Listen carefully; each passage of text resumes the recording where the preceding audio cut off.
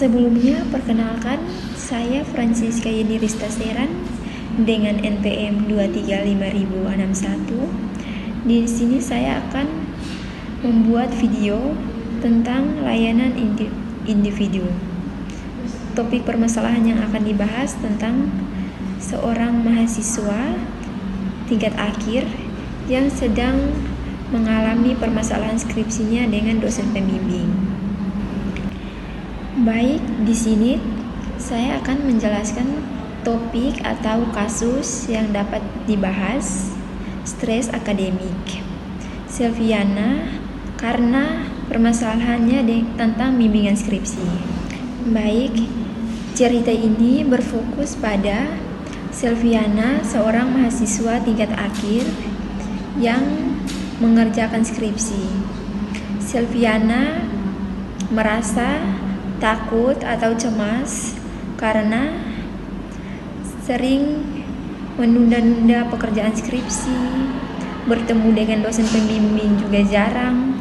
Jadi Selviana datang kepada konselor untuk menceritakan permasalahan yang dihadapinya.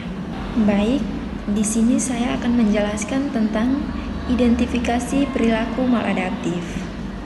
Perilaku maladaptif yang ditunjukkan oleh Selviana antara lain: yang pertama, menarik diri dari lingkungan sosial karena stres dan kecewa. Yang kedua, menunda-nunda pekerjaan skripsi sebagai pelarian dari bentuk akademik. Yang ketiga, mengalami kecemasan berlebihan hingga berdampak pada tidur dan komunikasi yang tidak teratur.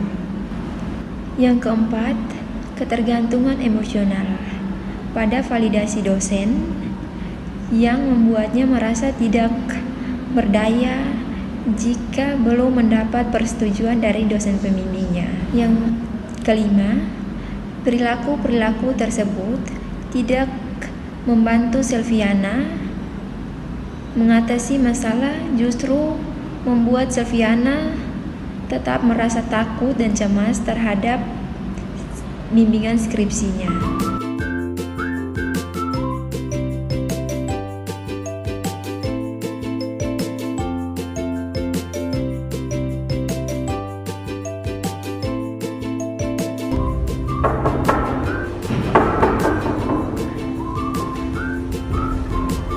Permisi Bu. Ya, selamat masuk.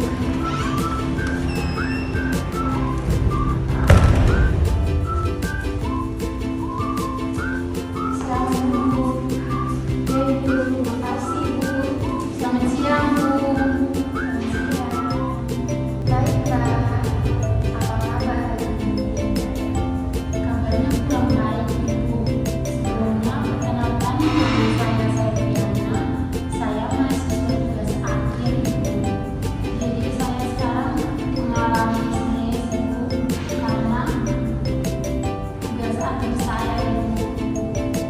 Sebelumnya terima kasih sudah datang kepada Ibu dan berbagi dengan Ibu. Hal apa yang membuat kamu merasa stres atau cemas tentang skripsi kamu? Jadi begini Ibu, akhir-akhir ini saya kurang tidur dan mengalami banyak stres Ibu, karena dosen pembimbing saya itu selalu tidak ada waktu Ibu. Saya itu sudah coba telepon, WA, tapi tidak pernah dibalas.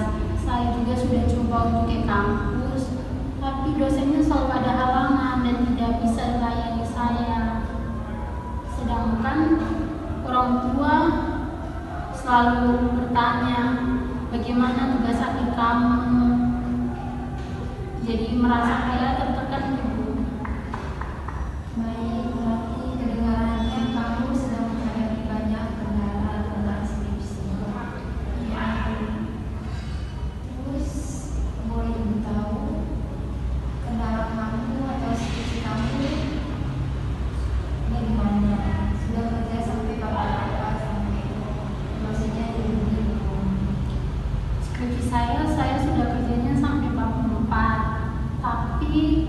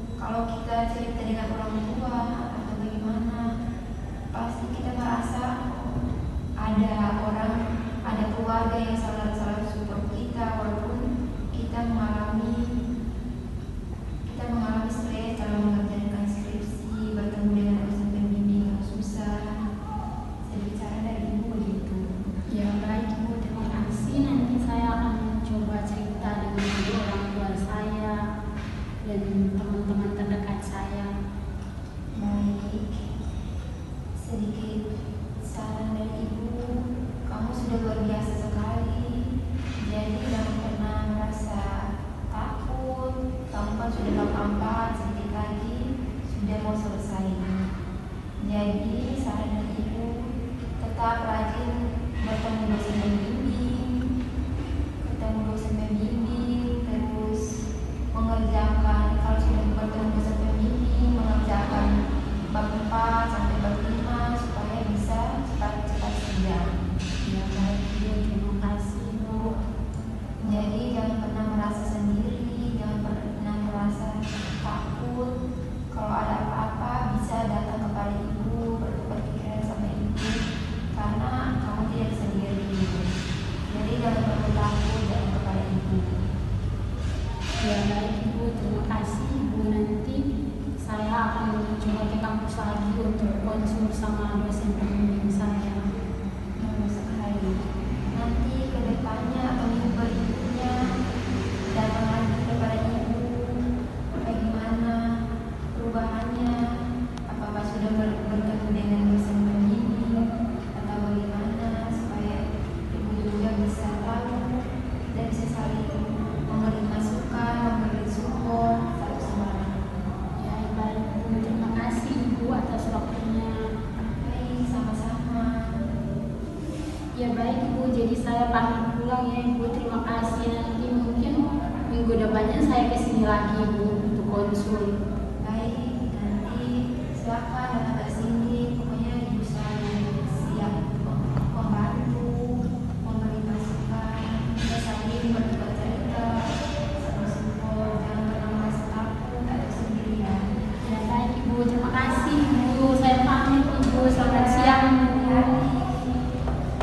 Hati-hati ya. Ya Bu. Oke, Kak. Di sini saya akan menjelaskan tentang teknik pengubahan tingkah laku. Beberapa teknik yang dapat digunakan dalam konseling individu untuk mengubah perilaku maladaptif Selviana. Yang pertama, penentuan diri. Membantu Selviana menyadari kapan, bagaimana, dan mengapa ia menunda skripsi atau merasa cemas. Ia bisa mencatat pikiran dan perilakunya setiap hari. Yang kedua, restrukturisasi kognitif. Mengganti pikiran negatif, saya tidak mampu, menjadi dosen saya tidak peduli. Dengan pikiran yang telah rasional dan positif, saya bisa belajar dan berkembang. Atau saya bisa mengatur strategi dengan baik agar bisa dapat menemui dosen pembimbingnya. Yang ketiga, behavioral. Mendorong Selviana untuk melakukan aktivitas yang membangun mood positif, membangun hal-hal yang baik. Contohnya, Selviana mulai merasa senang, merasa tidak cemas untuk mulai mengerjakan skripsinya, bertemu dengan dosen pembimbingnya. Yang keempat, training. Membantu Selviana agar dapat bertemu dengan dosen, cara berkomunikasi yang baik, cara menyampaikan masalahnya, masalah skripsinya, cara menceritakan permasalahannya kepada dosen pembimbingnya agar skripsinya dapat berjalan dengan baik dengan dosen pembimbingnya. Yang berikut saya akan menjelaskan tentang well adaptif atau perilaku adaptif yang diharapkan. Hasil positif dari proses konseling yang dilakukan well adaptif antara lain: yang pertama, kemampuan mengatur waktu dan emosi dengan lebih baik dalam mengerjakan skripsi. Yang kedua, percaya diri dalam proses bimbingan, termasuk jika menghadapi penolakan atau revisi. Baik, yang ketiga, berani mengomunikasikan kebutuhan dan hambatan kepada dosen secara baik dan sopan. Dapat bertemu langsung dengan dosen atau berkomunikasi secara baik lewat WA atau dan lain-lain. Baik, yang terakhir, mampu menjaga keseimbangan hidup, tetap bersosialisasi, dan menjaga kesehatan mental saat skripsi. Berkomunikasi dengan baik,